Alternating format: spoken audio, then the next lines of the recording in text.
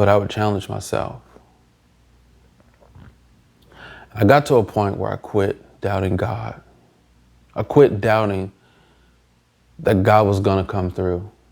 I quit doubting that I needed to do this on my own. I just completely understood that God was, not only was he going to carry me through this, but Carrollton, Texas. In today's news, there is a 2-year-old trapped inside a house fire. The fire was started by the father's girlfriend who set the father's bed on fire while he was sleeping. The father managed to rescue 4 of the 5 children who were inside. As it remains, there is still a toddler trapped inside the home. There are firefighters and first responders on the scene.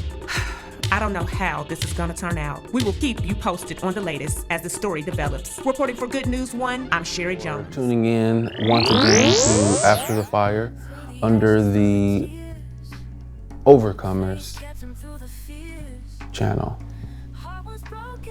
Well, we kind of, went back and forth on a few topics here. I kind of started out with the court case, and then we went to, things that are a little more, some of the things that helped me go through some of that trying situations to, just keep my spirits uplifted and take care of my soul and inner being, and just be able to, stand strong through the adversity and get through the trial. And I mean, all of that was crazy tough.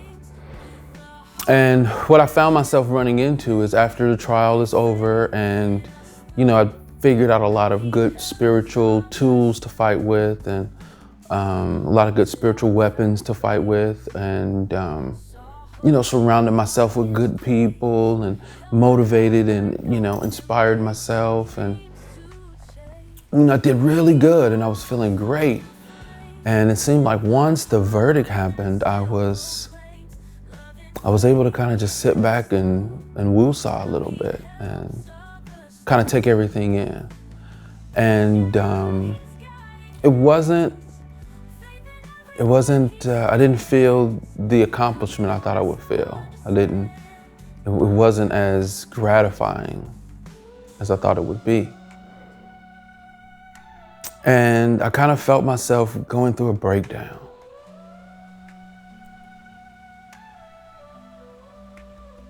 It was because it was to the point where I understood that I won.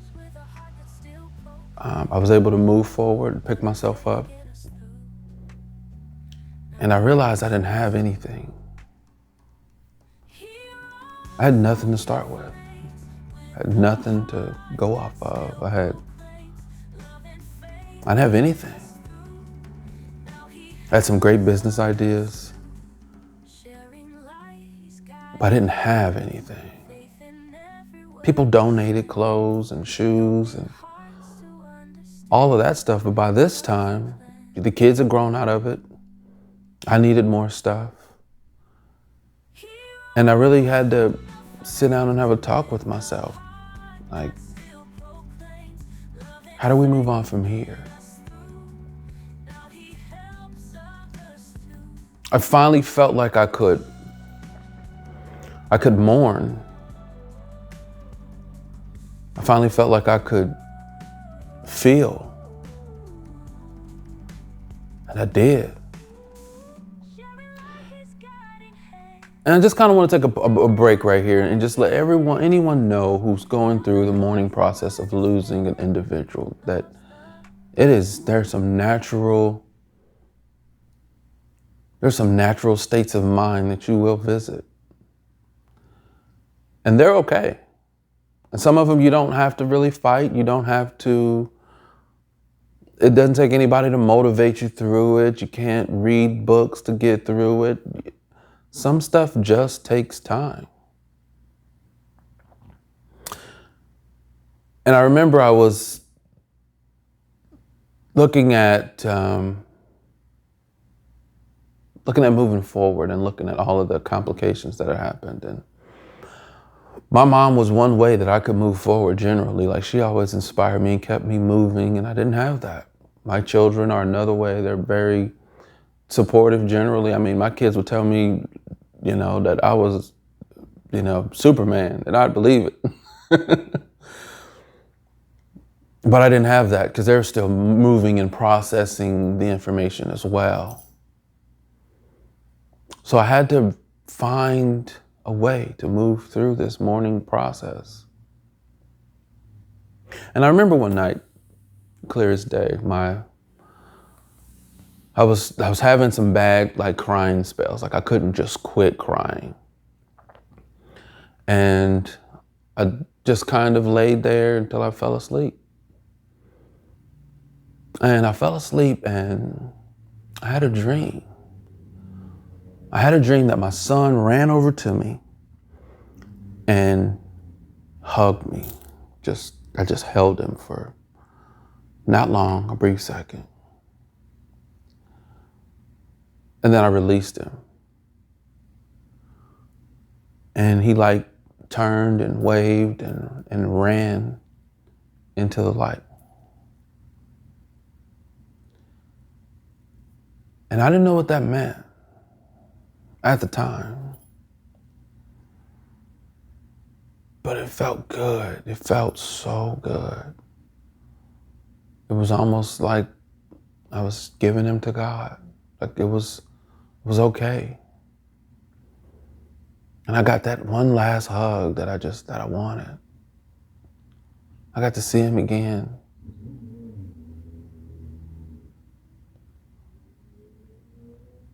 And it did my spirit justice.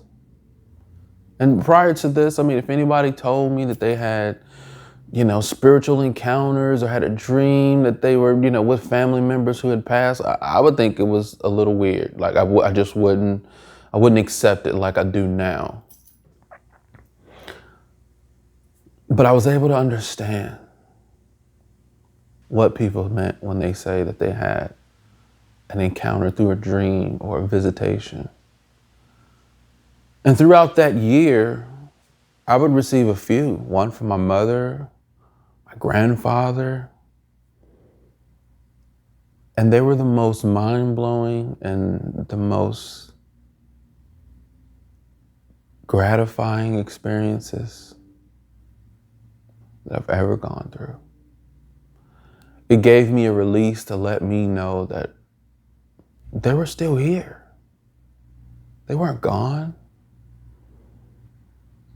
And that they could visit me at any time they wanted to now. And I felt really good about that. I felt good knowing that they got my back. And I knew I knew that they did great things while they were here for me. And if they were in heaven or not here any longer, but had the ability to do things to protect and provide for me along the way from where they were, I knew they'd take every chance to do it. I knew my mom, she'd take a chance of getting kicked out of heaven to come and help save her baby. So I knew I wasn't alone. And it changed the way I even perceived death. It changed it and allowed me to see it for really what it was, that it's just a transition. It's not the end game.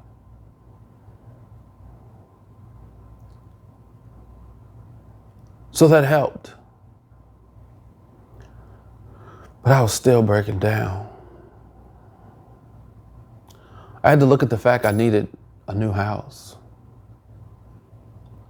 I had to look at the fact my kids needed more clothes. I had to look at the fact that I didn't have any childhood memories of my children.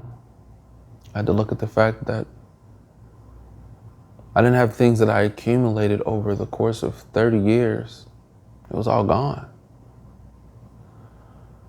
And I didn't really know how to handle it. It seemed overwhelming when you look at,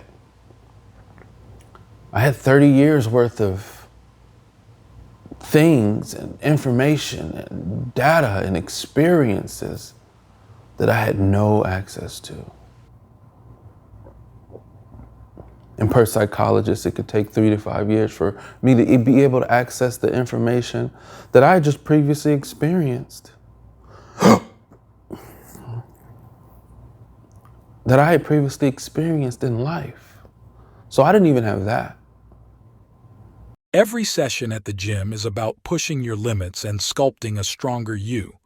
That's why it's crucial to fuel your recovery with the right protein supplement. Discover the power of Isagenix. From moringa-infused smart mixes to plant-based proteins and advanced cell repair formulas, Isagenix supports not just muscle recovery, but your overall vitality. Experience the change and boost your strength with every product. And while I knew I could trust in God and God would guide me and lead me where I needed to go, I had never done it.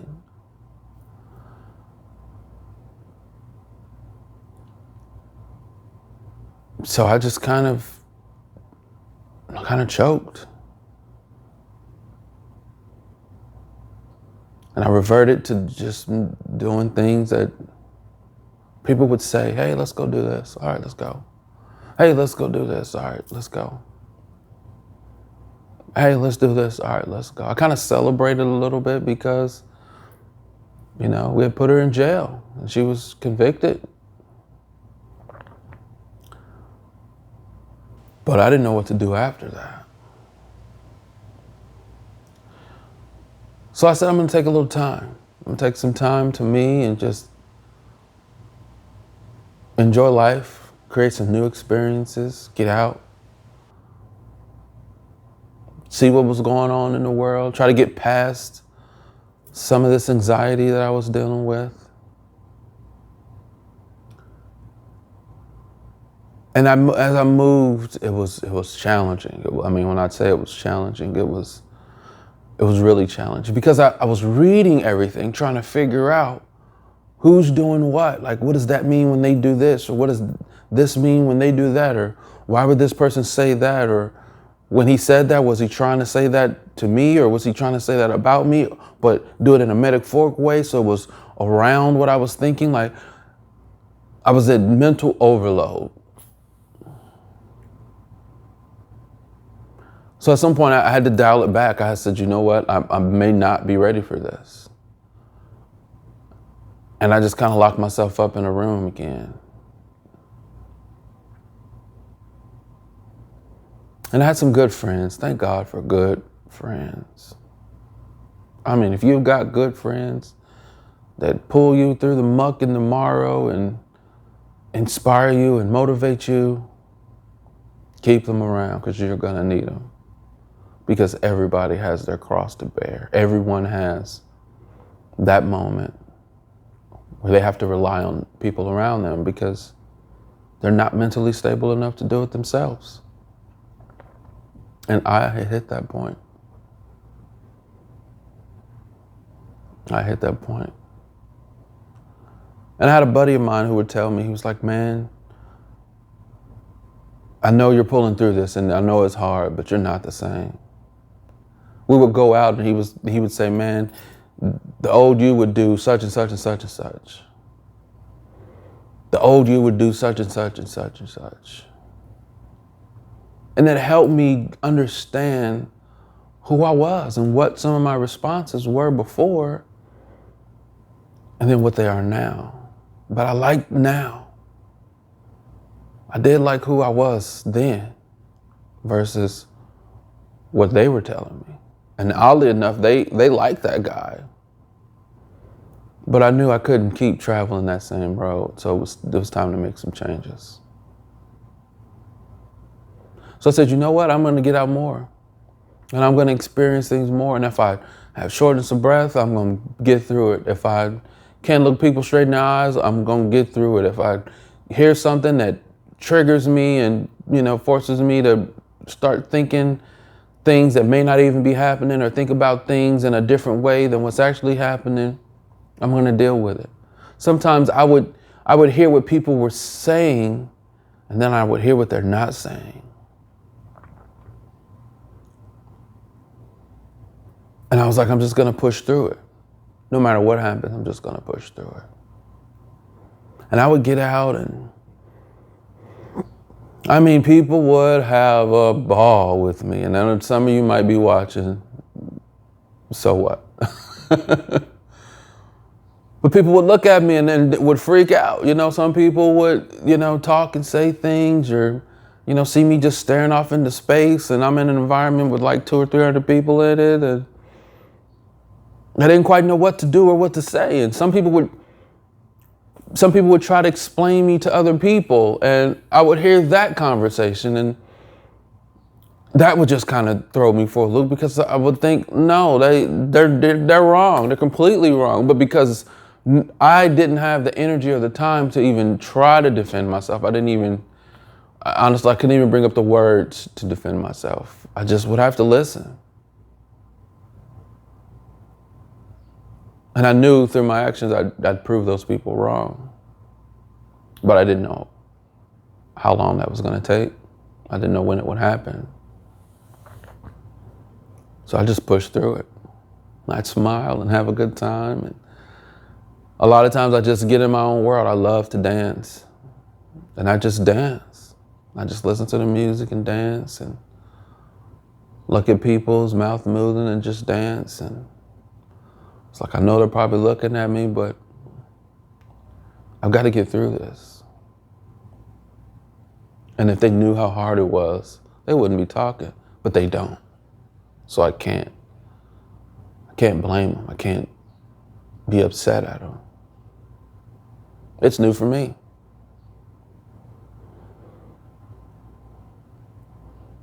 So as I got out more and started seeing things more and traveling,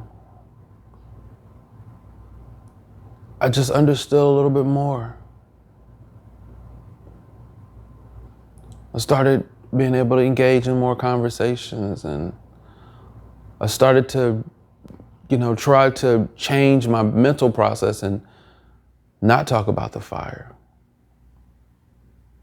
And then when I didn't talk about it, people didn't know what I was going through, so they would judge me based off of a normal person. And then they had questions. Well, why is he doing that? Or why is he sitting over there? Or why is he just staring in one spot? Or I went and tried to talk to him, he was real short. But I didn't know what else to say. I didn't know what else to do. But I knew I had to embrace this challenge. I knew that it wasn't sent to overtake me, but it was sent to build me and strengthen me and take me to a different level of thinking, a different mind state, a different way of being. Because I needed it. I needed it bad. I had almost felt before the fire that I had reached a plateau that I just couldn't get past.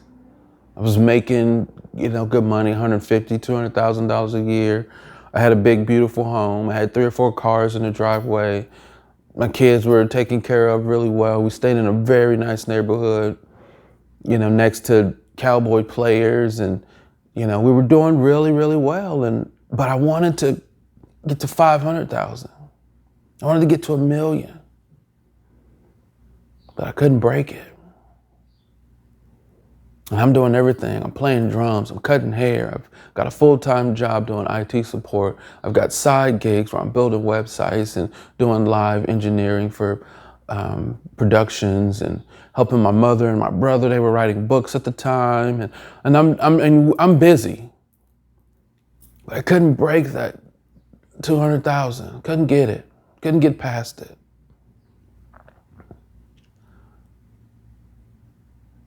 So now I have a new start. I got another way to do this thing.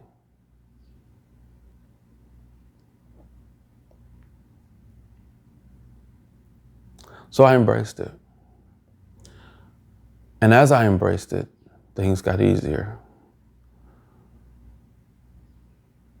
Started to drive a little bit here and there.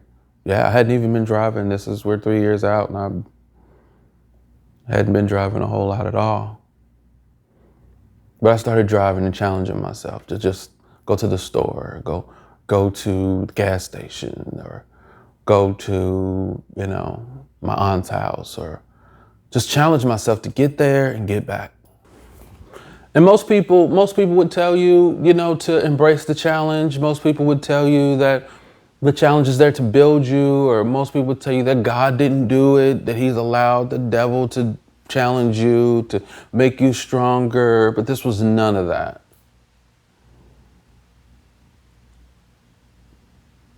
And I realized at some point you have to challenge yourself. You've got to push yourself. And there's stories in the Bible about, I think it was David, that he had to motivate himself.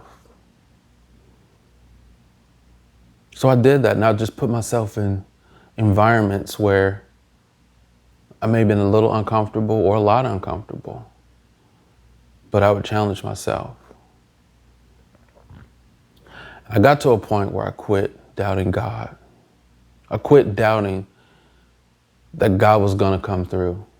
I quit doubting that I needed to do this on my own. I just completely understood that God was, not only was he going to carry me through this, but he already knew what was on the other side, which was the whole reason he allowed me to go through it.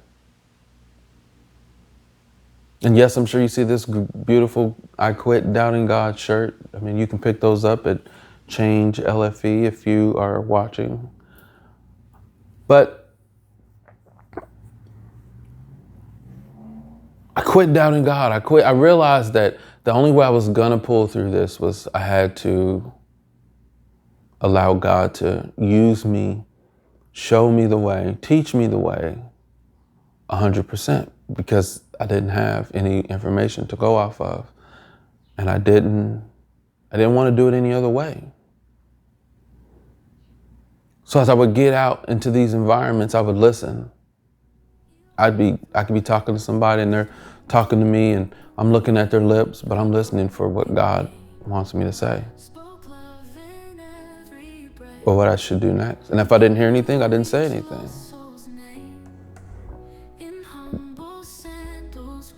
And I realized something,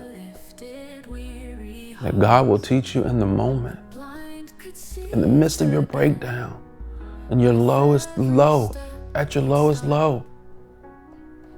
When you don't have anything, when you have no energy, you have no opinion, when you don't have anything to say, God will teach you and show you right there through his Holy Spirit. And when I realized that, let me tell you, family, I started to smile again, just a little bit. It wasn't a full smile, but it was close. Because I realized I was not by myself. I did not have to do this alone. And God completely showed himself to be the great God that he is in my life. And then I started doing it for everything. As I went to work and as I created new project plans or created, new. Every session at the gym is about pushing your limits and sculpting a stronger you. That's why it's crucial to fuel your recovery with the right protein supplement. Discover the power of Isagenix. From moringa-infused smart mixes to plant-based proteins and advanced cell repair formulas, Isagenix supports not just muscle recovery, but your overall vitality. Experience the change and boost your strength with every product. New marketing plans or whatever. As I was training people, I would always listen and see, while a person's talking to me, what God has for me to say to them. Because what I realize is people talk, but they're actually saying something other than what we're hearing. And I know that seems weird, right? That seems weird to a lot of people. Like, nope, people say exactly what they mean. They don't. And some people are crying out for help. And because we think it's passive conversation or conversation in passing, we don't know how to respond. As children of God, we don't know how to respond to it. We don't respond to it. And then I realized a lot of the things that people were saying that I was thinking was metaphoric. It was what I was hearing versus what they were saying. And God gave me insight to be able to hear it, to a point where I would tell other people, hey, this person said such and such. Can you believe they said that? And they're like, I didn't hear it. Or I heard them say that, but I thought they meant this.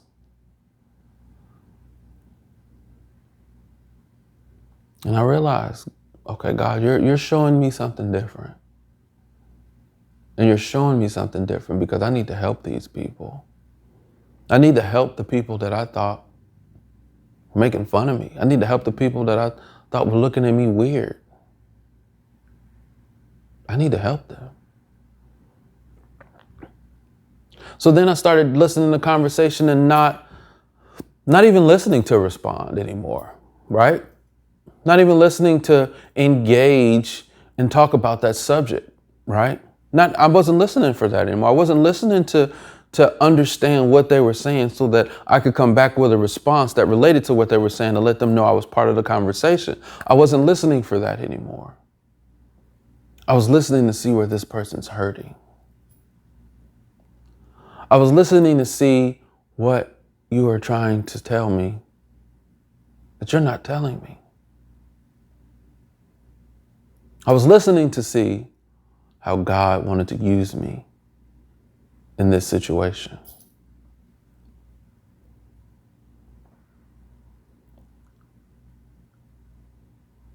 And once I did that, I realized the anxiety went away.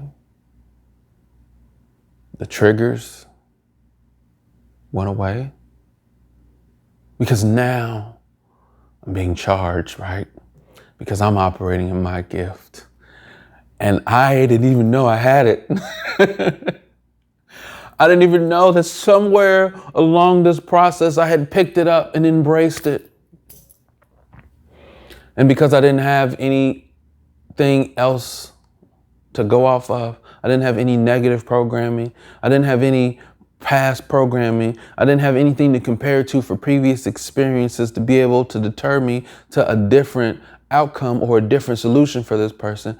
I was getting information as it was happening, when it was happening, live and direct.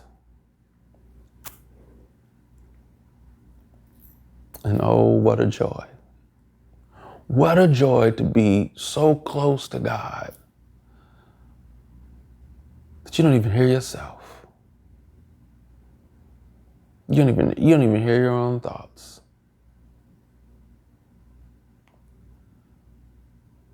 I would have people come to me and say, hey, I don't know if you know it, but you said this, and that made me think a little more. That made me look at my life and realize I need to make some changes. You doing this. I had a guy tell me one time, you being an entrepreneur, going through everything you're going through, inspires me that I need to be an entrepreneur. Because I'm stuck. You're moving through your situation, but I'm stuck.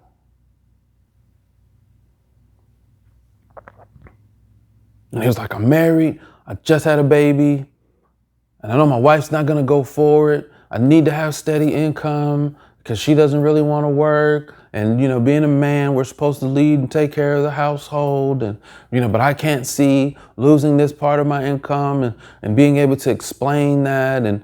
But I'm stuck. You're not stuck.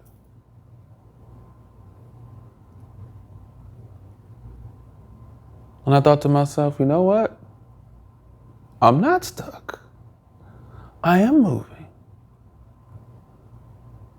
And I'm helping other people, and I'm not even healed yet. I am probably at the beginning of the healing stage because for so long I was in warrior mode. And then I got into mourning and crying.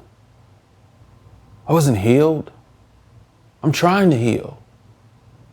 but I'm healing you. I'm helping you.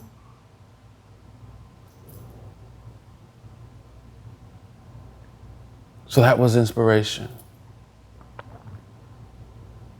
I found inspiration during a breakdown. I was breaking down. I was doing this stuff out of experiment. I was going off of what God told me, and I didn't even know it worked. It would work. So at this point, I had to quit doubting God, and I had to say, you know what, God? I get it. I'm not supposed to know what's going on. I'm just supposed to go. And ladies and gentlemen, I went. And I went to more functions, and I went to more meetings, and I went to more of this, and I started driving more and listening to different, good radio while I was out. And sometimes I passed my exit or blow past where I was going or forget. Sometimes I would be driving and just completely forget. I remember one day I'm on 635 in Dallas, Texas, and I'm driving down the road and I forget where I'm going. And if you have driven on 635 in Dallas, Texas, you know that's not the freeway to forget where you're going, because you will almost go into a loop. And I forgot. And I couldn't think of it. I couldn't remember, what was I going to do? Was I going to pick up some parts? Was I going to pick somebody up? Was I going home? What was I going to do? I knew what I needed to do next, but I couldn't remember what I was going to do at that time.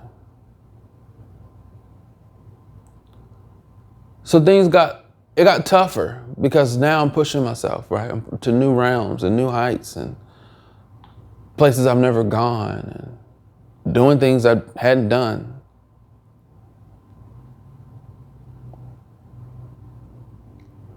But God showed me,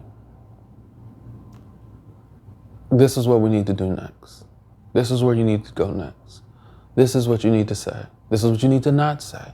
This is what you need to do. This is what you don't need to do. And I'm sure for a lot of people, that may sound weird, right? How does God tell you something, right? Is it an audible voice? Is it something you hear in your head? Does it just show up on a piece of paper? Does somebody come in and tell you? Do you just hear it on the radio? I would tell you it happens every one of those ways. If you're listening, if you're watching for signs, you'll see signs. If you're watching for wonders and miracles, you will see them. But we've got to get out of that day-to-day, super fast, go, to be able to see, to be able to stop, to be able to understand that's a sign from God directing me to go this way. And sometimes it could be a flash. It could be something that someone who talking on TV and said something that was exactly my situation. Or I could see a vehicle that reminded me of the vehicle that my mom drove, and it made me realize a certain thing that I didn't realize before about my mom, or made me understand, okay, I need to go and get her car taken care of. It could have been anything that came into my life, sometimes abruptly, sometimes not, but to remind me of something that I needed to be doing, or to give me new direction and give me hope. So I would start to look for signs, everything. Everything. I'm driving, I'm looking. All right, I see the number 7, okay, good. I see 11 over there, okay, good. I see, God is with us on the sign at the church as we drive by it, or I see, a stop sign and somebody may have spray painted on Jesus, or anything. I was looking at everything at this point, because now I'm realizing, oh, God, you work in so many different ways. I need to look at everything. I need to look at what people are saying. I need to look at what they're doing. I need to look at the places I'm driving by. I need to look at the cars that are driving by. I need to look at the people who are in them. I need to look at everything and see what's going on around me so I can respond to those situations.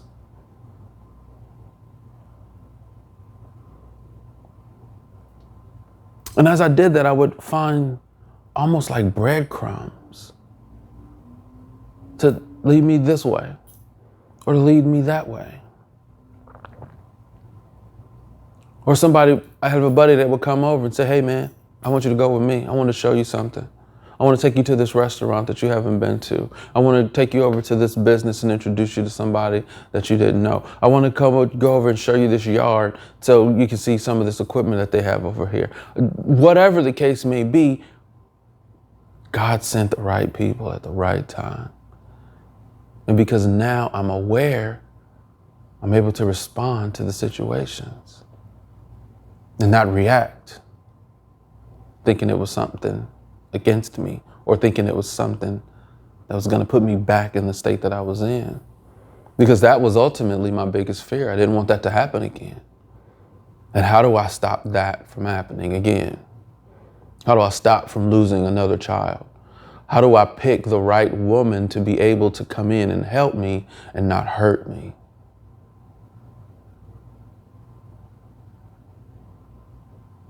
So I would look for signs even in the women that I would date or talk to, I look for different signs in them to see, why are you here? What do you want from me? Where do you expect us to go? And if it doesn't go where you expected it, what are you gonna do? How do you react when you get upset? How do you react when you get angry? I would look at all of that now. Before, I didn't care, right? Flat butt, flat stomach, big butt, you're in.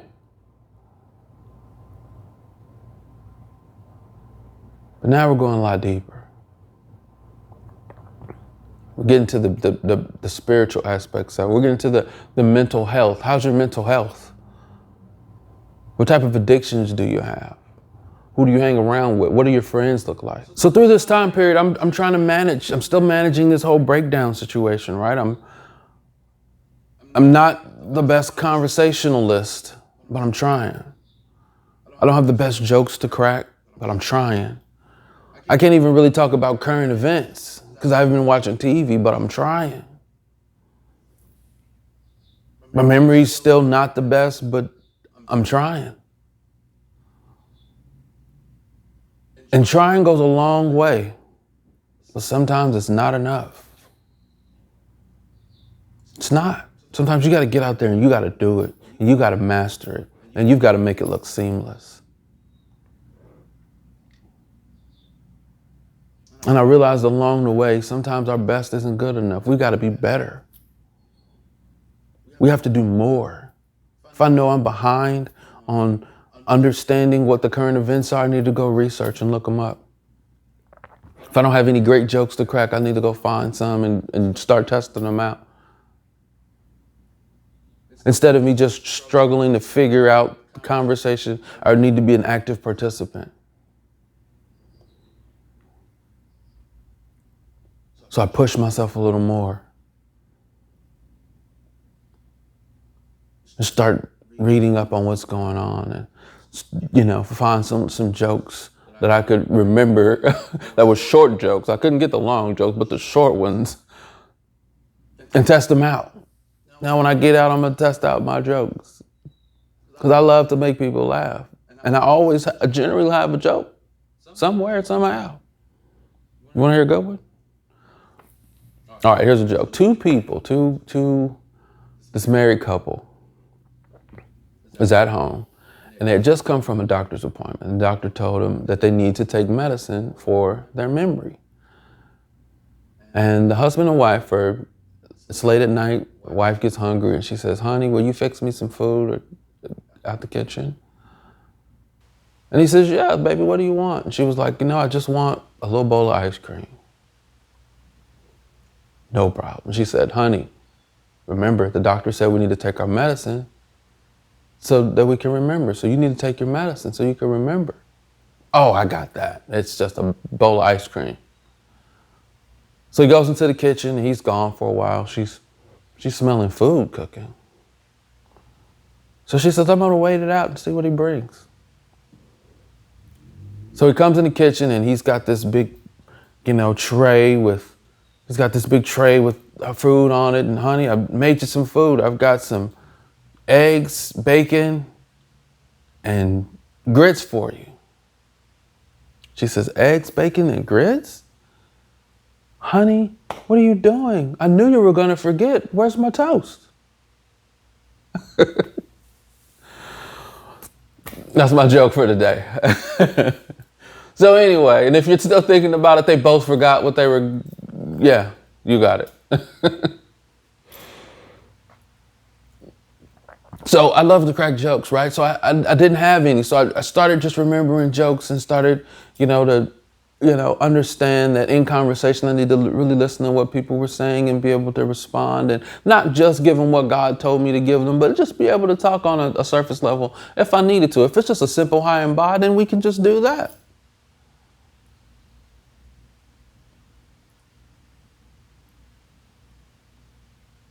And I would go into a way, I would start to do things to a point where it felt good, it felt seamless. Conversation flowed smoother, flowed a little better, but it still wasn't where I was comfortable. So I had someone tell me that a long time ago that spiritually I was a great person, but physically my words could use a little adjusting. They could use an adjustment. So I started looking up different psychologists and therapists that were talking about how to have better ways of communication, how to actively listen, how to respond to people and not offend people.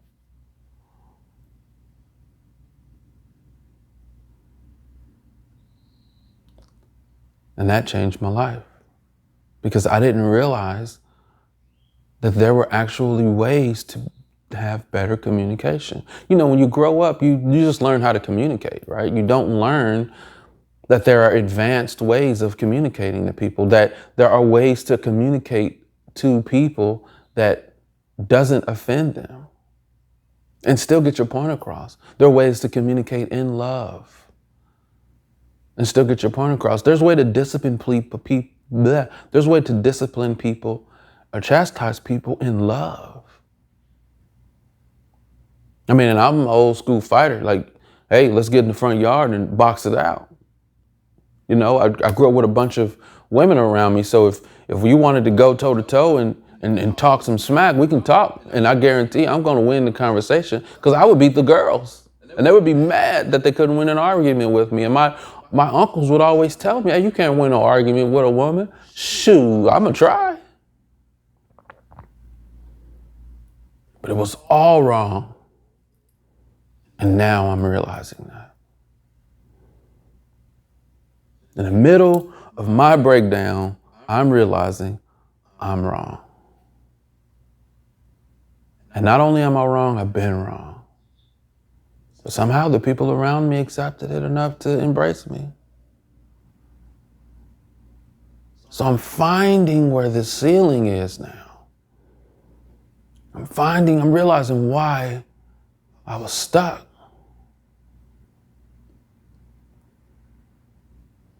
Because you can push and bully your way so far.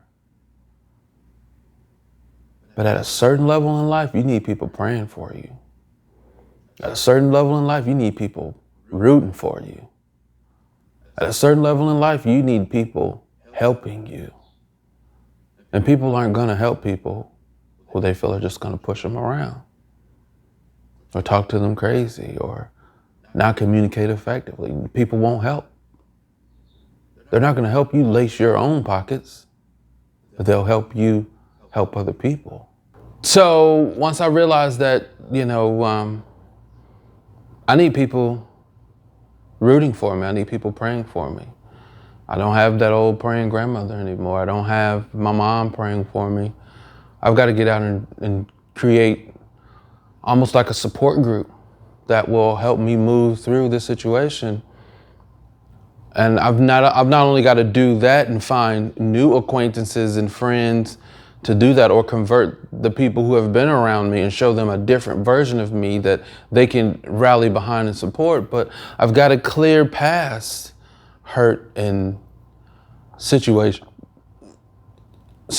I never resolved.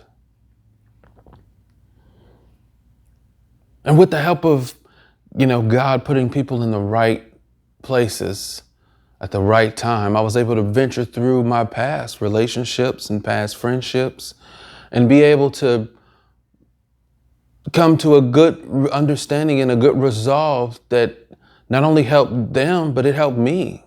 I didn't realize that would help me heal.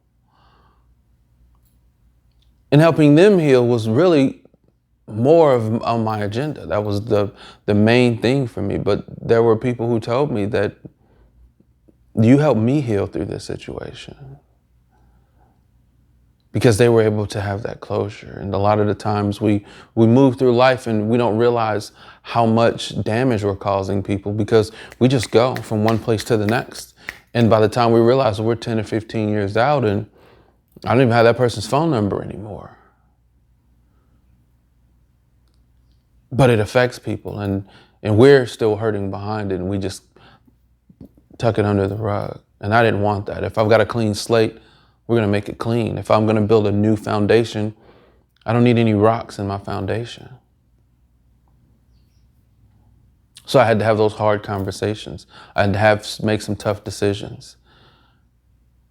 And then be able to take that information that I now knew and feed it to the children and the people around me to help them move through whatever they were going through. So it was a challenge. It was very challenging. And, I had to deal with, helping my children move through different situations and helping and seeing where they understood and what they needed clarity on. And, I was going through a divorce at the time because I'm moving through all of these situations. I hadn't quite gotten through the paperwork that was necessary, and I needed to revisit that situation. So it took a lot. It took a lot out of me to do it, but I did it. And I drove from city to city in some cases I had to fly out of town to go have sitting conversations with people, but I did it. And some of those people I still have great relationships today. There were some that fell off, and that's okay. But at least now I have this support system. I have people who are gonna now help me climb out of this depression, out of this breakdown.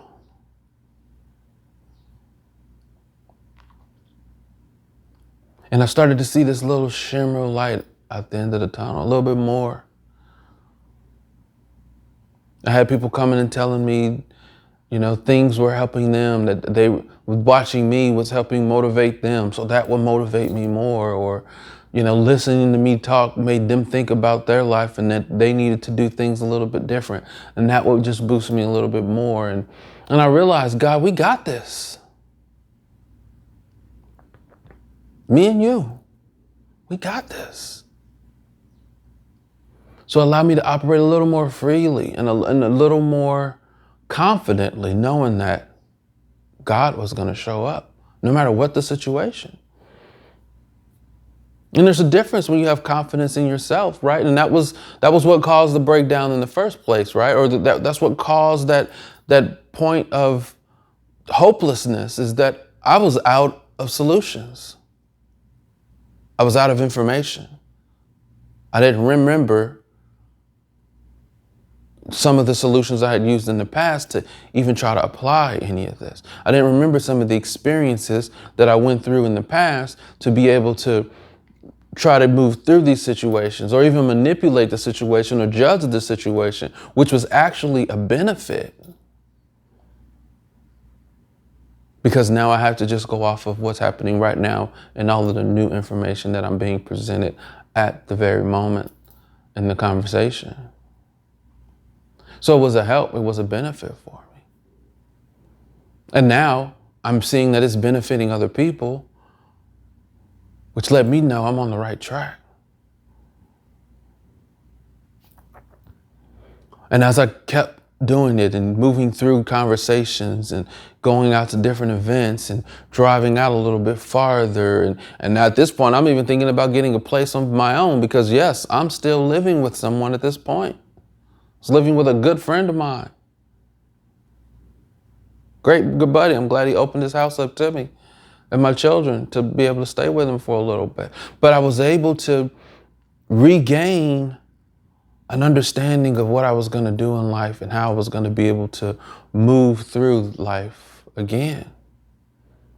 And I started cooking more and just trying new recipes because I didn't know the old ones and coming up with different dishes that I didn't even know before. And we're barbecuing and having a good time. And life opened up a little more for me. And I was more confident in God versus confident in myself. And I was able to project that confidence and that